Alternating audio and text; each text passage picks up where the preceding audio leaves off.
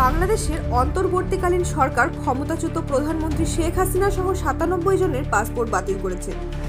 জুলাই বিদ্রোহের সময় হত্যাকাণ্ড এবং জোরপূর্বক গুমের ঘটনায় জড়িত থাকার অভিযোগে এমনটা করা হয়েছে বলে স্থানীয় গণমাধ্যম সূত্রে জানা গেছে।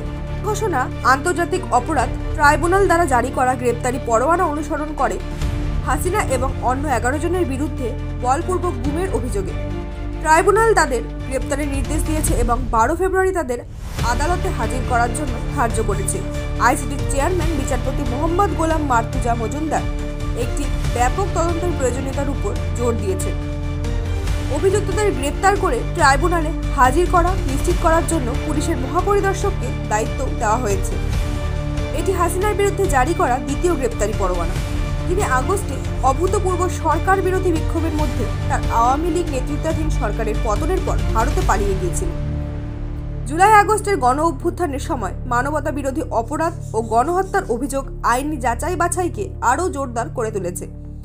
প্রসিকিউটররা অভিযোগ করেছেন যে হাসিনার প্রশাসন রাষ্ট্রীয় পৃষ্ঠপোষকতায় জোরপূর্বক গুমের সংস্কৃতি প্রতিষ্ঠা করেছে। প্রধান প্রসিকিউটর মোহাম্মদ তাজুল ইসলাম সাংবাদিকদের বলেছেন যে অভিজাত আইন প্রয়োগকারী ইউনিট যেমন র্যাপিড অ্যাকশন ব্যাটালিয়ন এবং directorate general of forces intelligence প্রায়শই ব্যক্তিদের অপহরণ করার জন্য ব্যবহৃত হয়। অনেক শিকার কখনো ফিরে আসেনি। Bureau report, news hub daily.